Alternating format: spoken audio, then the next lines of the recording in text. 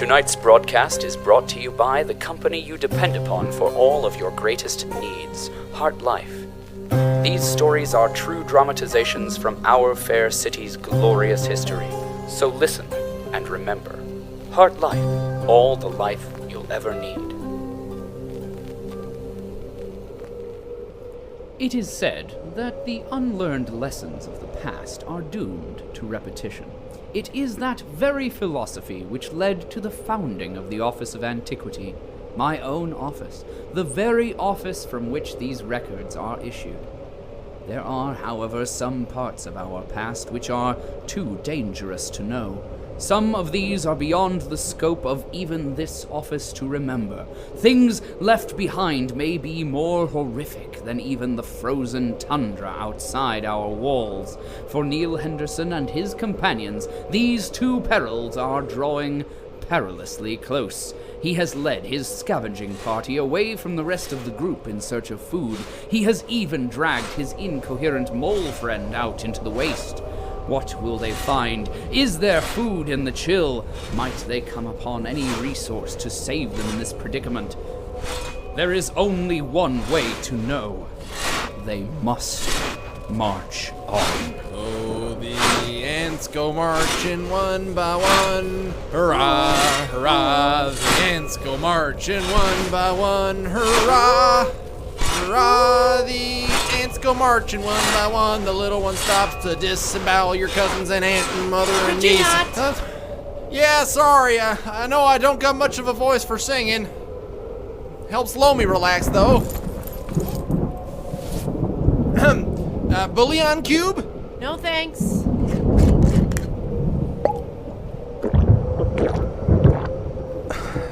Need to keep your salts up and your water intake. Does my salt or water intake really matter when I've seen not one but two grown men die getting torn limb from limb by wolves? Of course. What if you thirst to death? I don't even... Just shut up. Keep plowing the path, okay? I don't know why you're so prickly today, Alison. Now, I know that things haven't been great. Could starving to death 1,000 miles from home have anything to do with it? Could being chased by hideous flesh-eating hounds have anything to do with it? I don't know. I'm not a mind reader. If you were, you would know that I am thinking of the most painful way to kill a certain PWC right now. I just want to remind you guys that I'm still walking behind you here, I'm looking for edibles. Just looking for food. Listen, you guys, I've had my fair share of lady trouble in the past. You want my advice? We don't. Oh, look here. Moss. Oh, I haven't eaten for days. Oh, hold your hearses. Let's test it. Here, Loamy, give it a whiff.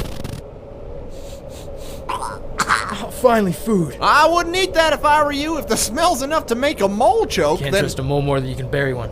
She just wants it for herself. Give it here. So good. It tastes like fresh bread or funky soup or...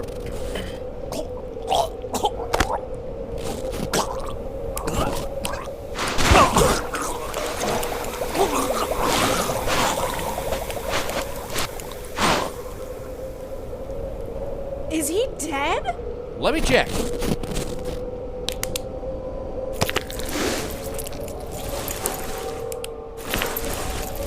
Pretty floppy.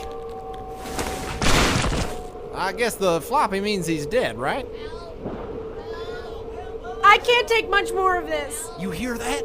If I say no, will you ignore it? Somebody needs our help! Come on, Loamy! No. I'm putting my foot down, Neal. All this rescuing and heroics and... Neal! I'll meet you there! Don't just leave me here with a dead body. Or at least leave the shovel so I can bury him before the dogs come. Neal?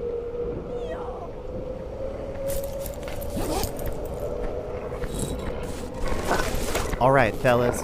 We got a rock, a pipe, and an empty sack for weapons. So, the chances aren't so good. Bring it, you ugly mutt! I'm not scared of a stupid dog! What about 2 dogs?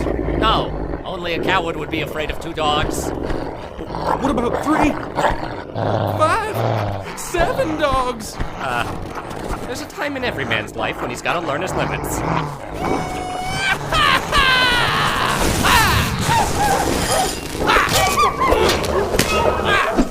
Take that, you filthy dog! You...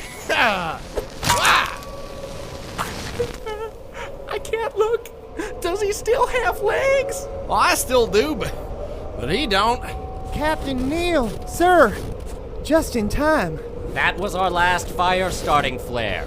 And that was the sorriest show of hunting I ever saw. Ain't you the other 4-man hunting party? Weren't there 4 of you? There were, yeah. Oh. We were at the ridge, and Big Phil went to pee by himself, and we heard a terrible screeching, and by the time we woke up and got there... Come on now. Last time I seen a grown man cry like that was in the digestive aftermath of the great bean surplus 3 years ago. You better tell me you have just as good an excuse. We're all gonna die. No one will ever know what happened to us. No one will ever bring our frozen gnawed bodies back, and the wolves are gonna wear our bones as hats. Oh, no more of this death and hats talk. It's gonna be all right. Look, you're getting snot all over the good dog meat. Sorry, Neal, but the dogs, the cold, the starvation, there's just no way. Well, we'll be fine. Let's have a little less belly aching and a little more belly filling. We can gather up all this puppy meat, hike it back to Alison and the main camp in no time. Thank you for saving my life. You're better than the rest of the rigger lot. They won't even talk to me. I'm Greyson, son of Great Gregor the Gripbook, by the way. Oh, nice to meet you. Will you hand me that paw over there? Thanks. I was a lug nutter on the aft side of the Stormhawk, but I've always thought I'd be better at tightening the lug nuts on the starboard side. Because I'm left-handed and all. You don't say. Is that an eyeball by your foot? Here. Oh, it's all wet. Of course it is. It's an eyeball. This will make us a nice bowl of stew. All right, already. Settle down. Y'all sure are a morose bunch, aren't you? We got nothing to worry about. We got dog meat, even if it's a little burnt and snotted on, and we got supplies for another 5 days at least. Actually, Captain, sir? What is it, CS? Even with the foraging party, we've had quite a few supplies missing when we left 2 days ago. As Captain Alison has appointed me official caravan supply counter. More like official foot-rubbing ego booster. As official caravan supply counter, I've been keeping track of what goes missing every day. 1 standard issue rigger flip knife, 12 tins of pressed algae, 1 emergency blanket, and also... What else? Sir, Captain Neal, sir, before we left camp, we were missing 3 tins of crackers, 16 boxes of matches, and 2 bodies, sir. Oh, Zeus! They took them! The wolves took them! Don't be stupid. What would wolves want with matches and crackers? I think he means the bodies. Well, that's ridiculous. I buried those unfortunates a good 6-7 feet under. Besides, there's no way those wolves are following us now. Not with the steely thumping Betsy and I gave them. Scrap your shovel, Henderson. They're not afraid of us anymore. We shouldn't have hung around for so long looking for that smidgen kid. What did you just say? Did I just hear you say scrap and my shovel in the same sentence? You heard me. You used up our last flare, and now you're gonna have us all get eaten just like that smidgy runt. Now you listen here, and you listen good. We are not leaving any men behind, or any moles for that matter. Don't think I haven't heard y'all grumbling. As for Squidge, we couldn't have known he'd have gotten eaten till we saw all that blood in the snow, so shut your yap, or I'll shut it for you. All right. Stop waving that shovel, will you? You're getting guts all over my overall. Apologize! I'm sorry, Neal. Not to me, you idiot. To my lady shovel. What? Oh. Okay. I'm sorry, shovel. You're quite lovely. Your crusty handle is so nice. And if you ever talk bad about my Betsy again, I will show you the sharp part of Sharp-Chuter!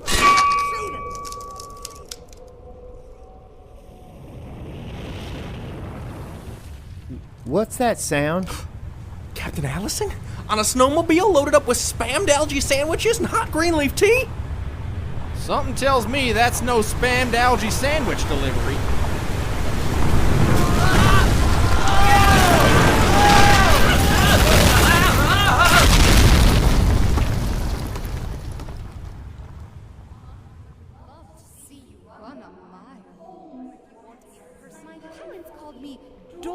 Wake up.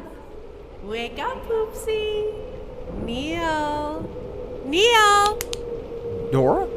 Who? The ground just opened up and... Oh no!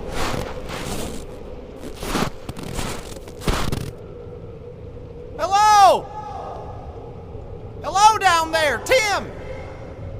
Jack! Depressed fella! Neal, we're here. Well, looks like you fell into some kind of old ruin. Well, hang tight, we'll get you out. Neal, I think there's something wrong with my leg. Well, yeah, I can kind of see you. In my unprofessional opinion, your arm's looking pretty crookedy, and I don't think a foot should usually be facing backwards like that. Just stay right there. It's too far down. Yeah, we'll have to wait for the others, then grapple down. You can wrap your legs around me, and Loamy can wrap her legs around you while I clamber down there. Or we form a human chain and lower everybody down. Wait, and just stop! This is as good a time as any. We need to talk, Neal, before everyone else gets here. About us? Well, no. Yes, sort of. It's our 11th day out here, and we've been losing at least one person a day now for a few days. Yeah, I noticed. These guys don't have much in the way of survival instinct, do they? Eating strange moss, drinking their pee and all. Silly. Well, that's part of it. But the other part of it is you, so optimistically believing that we're all going to make it. Dragging those guys down that raccoon hole to look for critter chops, leaving one-man guards out in a lightless night. It's sort of a problem, what with your leadership skills getting half of us killed. I mean, no one could have expected that the baby raccoons would be so big or so hungry for faces. Actually, it is expected, Neal, and that's the issue. For example, you don't see a problem with lowering an entire caravan of wounded and somewhat untrustworthy men into a vast, unexplored chasm of a ruined civilization when we barely have any supplies left? Nope. Guess not. Besides, you can't just leave them up here on the surface for wolf chow. You've seen how smart they are. They ain't exactly the brightest molds in the brightest, what was it again? Neal, sweetie, metaphors later. Action now. This is our chance. Let's split up and make it back to Heart Life in half the time. Together. Alison, I can't do that. You can, Neal. You have to. They can fend for themselves. We're out of food, we're out of medicine, and I'm out of patience. We're barely able to keep the healthy people alive, much less every dog-bitten, half-frozen rigger we're carrying with us. We're the fittest ones standing, you and me. And the mole! I suppose we could make it. We could start over. It's the right thing to do, and I need you with me. I cannot believe I'm hearing this. They look up to us, Alison. Looking up to us won't make anyone less hungry, warmer, or less foamy and rabid when the dogs come. Isn't it better to keep some men alive than for all of us to die out here? And what is a three-legged mole going to do when we get back to Heart Life anyways? She can't even help dig them out. I can dig down there just fine on my own, thanks. And as for Loamy, that's for her to decide when she's all patched up. She'll be fine. Right, Loamy? You hear that? Most enthusiastic, maybe my arm won't drop off after all, sir. I've heard all day. Now, if you'll excuse me, I think I got some tunneling to do. Neal, please, Neal? Damn it. Ugh. All right, Alison, think. There's gotta be another way. There's always another way. If you can't lead a PWC to water, start leading yourself. Neal! Is Alison right? Are our friends truly doomed? All signs point to yes, dear friends. The frozen tundra is no place for life, or hope for that matter. If anyone could survive it, though, if anyone might endure, Neal Henderson would be that man. Might he save them all? Can he be the hero they require? Find out as the story of our fair city continues.